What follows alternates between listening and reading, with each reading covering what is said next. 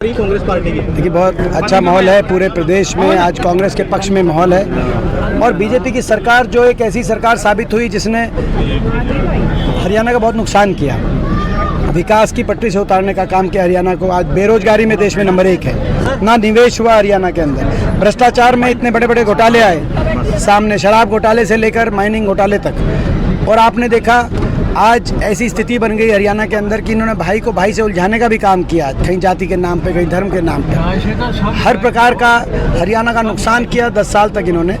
आज खुशहाली का प्रतीक, बेरोजगारी, नशे, अपराध का प्रतीक प्रदेश बन गया है और इसीलिए हरियाणा की जनता ने इस कुशासन से पीछा छुटाने का मन बना लिया है। गरीब आदमियों को उलझा दिया, सारी स्कीम्स बंद कर दी, आईडियों में उलझा दिया, पहचान पत्रों में उलझा दिया, पोर्टल्स में उलझा दिया, नौजवानों को सीटी में, कच्ची नौकरियों में उलझा दिया।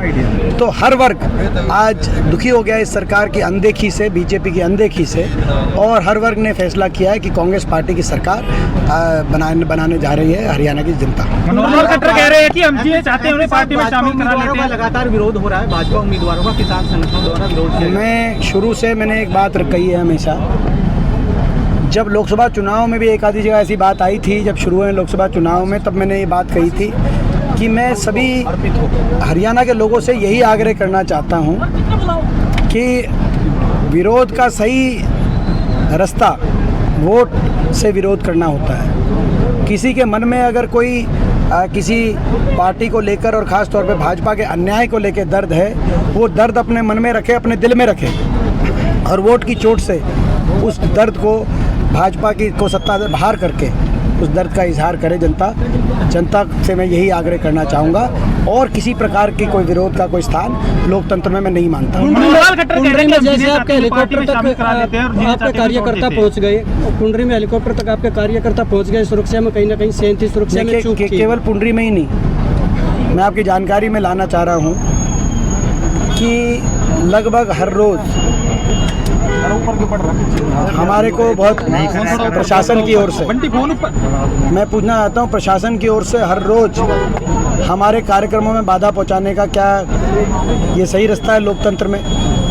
आपने पुंडरी की बात की क्योंकि वो बहुचर्चित बात होगी। वहाँ पे हेलीकॉप्टर की लैंडिंग की परमिशन हमने ली, लेकिन वहाँ पे पुलिस की कोई व्यवस्था ही नहीं की गई और इसीलिए हम वहाँ पे पहुँचे तो हेलीकॉप्टर छोड़ते हमें उड़ गया और अगले कार्यक्रम तक जहाँ हमें हेलीकॉप्टर से जाना था गन्नौर हल्के में। तो ये इस तरह का लोकतंत्र में हमें भी चुनाव प्रचार का अधिकार है। ये हमारे कार्यक्रमों में प्रशासनिक रूप से इस तरह से विफलता क्या सरकार को शोभा देता है? इलेक्शन कमीशन में तक ये हम पहुँचाएंगे ये बात, लेकिन इलेक्शन कमीशन से भी हमें कोई उम्मीद नहीं है। एमपी साहब जिस तरीके से पूरे बीजेपी के सर क्राइम नहीं रुक रहा अभी। बिल्कुल, हरियाणा क्राइम रेट में देश में नंबर 1 बन गया है। सबसे ज़्यादा क्राइम हरियाणा में आज हो गया है अपराध दर में, और ये भारत सरकार बता रही है।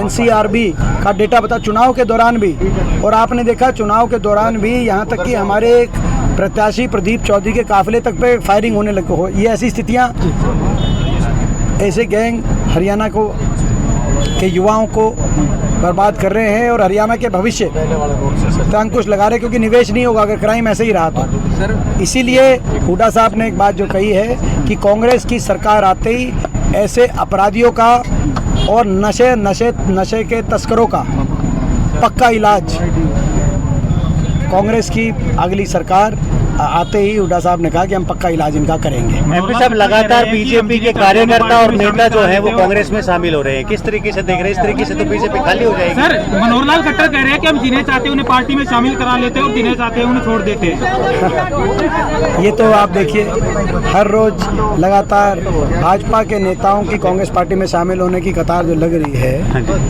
तो दिखाई दे रहा है रुख किस तरफ है।